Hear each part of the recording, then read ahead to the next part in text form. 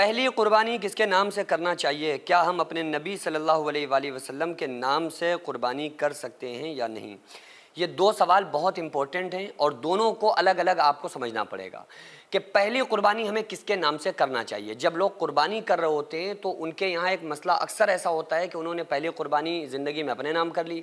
پھر اس کے بعد وہ یہ کرتے ہیں کہ انہوں نے اپنی کسی نے بیوی کے نام سے کرا دی، کسی نے بچوں کے نام سے کرا دی، کسی نے بہن کے نام سے کرا دی، تو یہ والا مسئلہ چل رہا ہوتا ہے۔ تو اس کو سمجھنا بہت ضروری ہے۔ لوگ یہ سمجھ رہے ہوتے ہیں کہ شاید پہلی قربانی جو ہم کریں گے وہ ہم نبی صلی اللہ علیہ وآلہ وسلم کے نام سے کریں گے، پھر اگلی سال اپنے نام سے کریں گے۔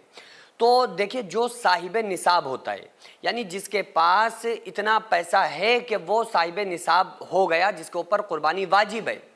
یعنی 52.5 تولہ چاندی یا 7.5 تولہ سونا یا اس کی مقدار روپیہ پیسہ یا تینوں چیزیں ملا کر اس مقدار کو پہنچ جائیں کہ آپ صاحب نصاب ہو گئے،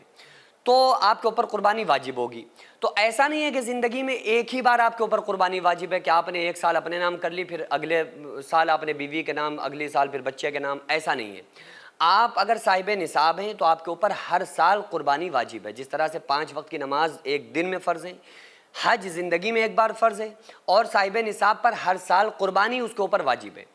تو یہ اگر آپ یہ چاہ رہے ہیں کہ بھائی پہلی قربانی ہم اپنے نبی صلی اللہ علیہ وآلہ وسلم کے نام سے کر دیں اور صاحب نصاب ہمیں، تو یاد رکھو آپ کی قربانی قبول نہیں ہوگی، قربانی مانی ہی نہیں جائے گی۔ اگر آپ صاحب نصاب ہیں اور آپ ایک جانور ذبح کر رہے ہیں، چھوٹا ایک جانور یا بڑے جانور میں سے ایک حصہ، تو آپ کو وہ اپنے ہی نام سے کرنا پڑے گی۔ وہ پھر آپ نبی یا ولی یا اولیاء یا مرحومین یا گھر والوں میں سے کسی کے نام سے آپ نہیں کر سکتے۔ اگر ایک حصہ یا ایک چھوٹا جانور ذبح کر رہے ہیں اور آپ صاحب نصاب ہیں، تو اگر صاحب نصاب ہیں تو آپ کو اپنے نام سے ہی کرنا پڑے گی، اور اگر آپ صاحب نصاب ہیں، آپ پہلے اپنے نام سے کر چکے ہیں، اب اگلی سال آپ سوچ رہے ہیں لاؤ کسی دوسرے کے نام سے کر دیں، تو بھی قبول نہیں ہوگی۔ تو اس کا طریقہ یہ ہے کہ اگر آپ یہ چاہ رہے ہیں کہ آپ بچوں کے نام سے، گھر میں کسی کے نام سے، بیوی کے نام سے، ماں باپ کے نام سے، یا آقا علیہ الصلوۃ والسلام کے نام سے کرنا چاہ رہے ہیں، تو اس کا طریقہ یہ ہے کہ یا تو پھر آپ 2 حصے لیں بڑے جانوروں میں سے، یا 2 چھوٹے جانور لیں، یا ایک حصہ ایک جانور، یا جیسے بھی۔ تو اس میں ایک تو آپ اپنے نام سے کرائیں اگر آپ صاحب نصاب ہیں، کہ جو آپ کے اوپر واجب ہے، تو آپ پہلے ایک اپنے نام سے کرائیں۔ اس کے بعد اگر آپ افورڈ کر سکتے ہیں، اگر آپ کے پاس اتنی وسعت ہے، تو پھر آپ لے لیں، پھر چاہیں آپ نبی صلی اللہ علیہ وآلہ وسلم کے نام سے کرائیں، وہ نفل قربانی کہلائی جائے گی، نفلی مانی جائے گی۔ پھر چاہے وہ آپ بچوں کے نام سے کرائیں، بیوی کے نام سے کرائیں، لیکن یہ نہیں کہ آپ نے اپنے نام سے نہیں کرائی، ایک بار بس زندگی میں اپنے نام سے کرا لی، پھر اس کے بعد اگلی سال ان کے نام، ایسا نہیں ہے، تو قبول نہیں ہوگی۔ اگر آپ کے اوپر واجب ہے تو آپ کو اپنے نام سے ہر سال کرانا پڑے گی۔ اب اگر ادرس میں آقا علیہ السلام یا کسی کے نام سے کرانا ہے تو پھر الگ سے نفلی طور پر وہ مانی جائے گی، نفلی قربانی، پھر ایک اور حصہ لیں، پھر ان کے نام سے، یا تو رسول اللہ صلی اللہ علیہ وسلم کے نام سے یا گھر والوں میں سے کسی کے نام سے۔ اللہ نے آپ کو اور دیا ہے تو آپ 7 حصے لے لو پورے، تو وہ ایک اپنے نام سے، باقی جس کے آپ نام سے چاہیں کروا سکتے ہیں۔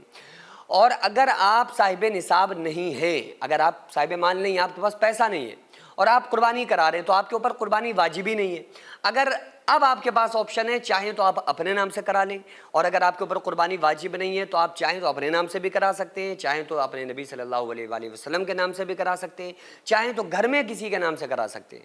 لیکن یہ نہیں کہ قربانی واجب آپ پر ہے اور آپ یہ کہیں کہ بھئی ہم نبی صلی اللہ علیہ وآلہ وسلم کے نام سے کرائیں گے یا اپنے گھر والوں میں سے کسی کے نام سے کرائیں گے، تو قربانی قبول نہیں ہوگی۔ اگر آپ صاحب نصاب ہیں تو آپ قربانی اپنے نام سے کریں، پہلی قربانی آپ اپنے نام سے کریں اگر صاحب نصاب ہیں، دوسری سال پھر قربانی اپنے نام سے کریں اگر صاحب نصاب ہیں۔ صاحب نصاب نہیں ہے تو نفلی قربانی جس کے نام سے چاہیں کر دیں، اور صاحب نصاب ہیں پھر بھی آپ کرنا چاہ رہے ہیں کسی کے لیے، تو پھر 2 حصے لیں آپ اپنے نام سے، اور پھر نفلی طور پر آپ جس کے نام سے چاہیں قربانی کر سکتے ہیں۔ سینکڑوں ایسے غریب پریوار جو فاقہ کر کے زندگی گزار رہے ہیں، اور بہت سے ایسے مجبور لوگ جو غربت کی وجہ سے بیماریوں سے جوجھ رہے ہیں اور ان کے پاس علاج کرانے کے لیے بھی پیسے نہیں ہیں، تو ان غریب فیملیز کو ہر مہینے ہماری سوسائٹی راشن دیتی ہے اور ان غریبوں کا فری میں علاج کراتی ہے۔ تو آپ لوگ ہمارے ساتھ مل کر ان بیوہ عورتوں اور یتیم بچوں کا سہارا ضرور بنیں اور ان کے راشن اور دوا علاج کے لیے زیادہ سے زیادہ تعاون کریں، اور یہ ارادہ کریں کہ غریب کے بچوں کو انشاءاللہ بھوکا نہیں سونے دیں گے، اور ہر ہفتے ہر مہینے آپ لوگوں سے جو بھی ہو سکے آپ تعاون ضرور کریں۔ ان کو 10 سال سے جو لوگ بستر پر پڑے ہوئے ہیں،